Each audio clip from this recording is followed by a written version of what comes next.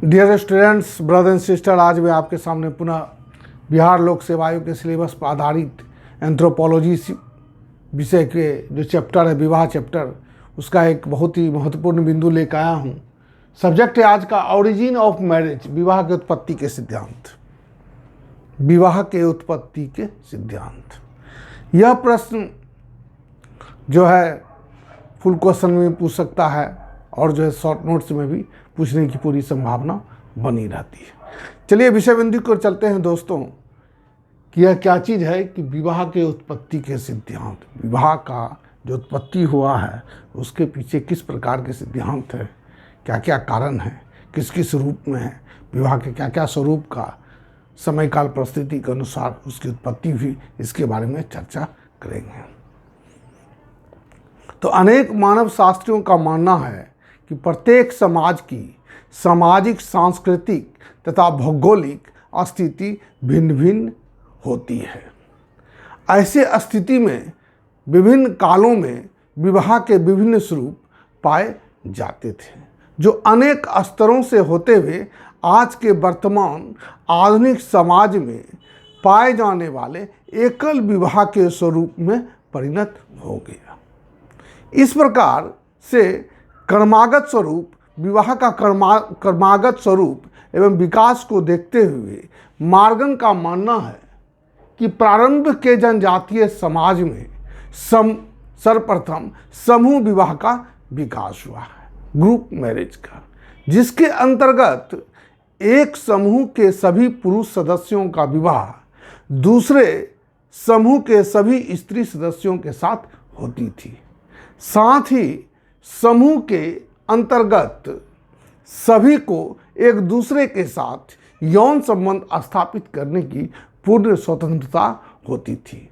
यह स्थिति या ऐसी स्थिति यौन साम्यवाद यानी कि सेक्स कम्युनिज्म की स्थिति मानी जाती है।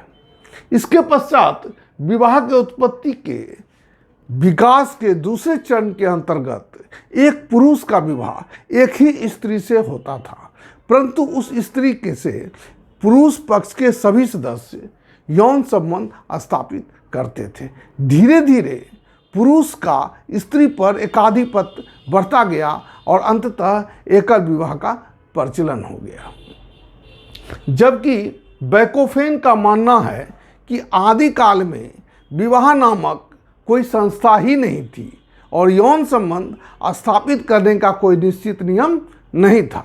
लड़की बध प्रथा के कारण बहुपति विवाह प्रथा का प्रचलन हुआ, जबकि कृषि के विकास एवं परिवार में स्त्री की उपयोगिता एवं आवश्यकता को देखते हुए बहुपत्नी विवाह का प्रचलन हो गया। जबकि वेस्टरमार्क ने एकल विवाह का सिद्धांत का प्रतिपादन करते हुए कहा है कि अनेक प्रकार के पशु पक्षी जैसे बनमानुष, चिंपांजी, गोरिल्ला, ओरंगुटन इत्यादि में एक विवाह का स्वरूप पाया जाता है, तो ऐसी स्थिति में मानव जैसे उन्नतशील प्राणी में यौन साम्यवाद की स्थिति नहीं पाई जा सकती है। किसी विशेष उत्सवों में पर या त्योहारों की स्थिति पर यौनिक स्वतंत्रता सिर्फ एक विशेष परिस्थिति का परिचायक है और इससे कुछ नहीं है। मेलिनोवस्की ने भी वेस्टरमार्क के एकल विवाह के सिद्धांत का समर्थन करते हुए कहा है एवं लिखा है कि एकल विवाह ही विवाह का एकमात्र सत्य स्वरूप है, रहा है और रहेगा।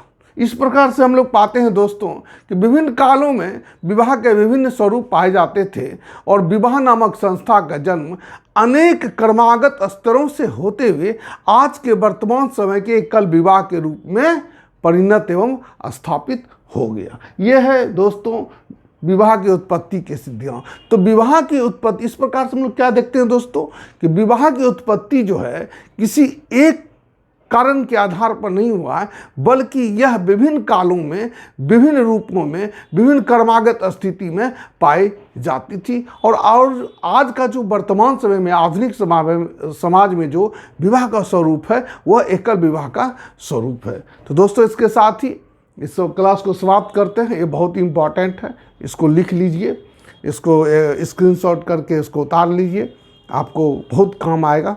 ये बहुत ज़रूरी है। धन्यवाद।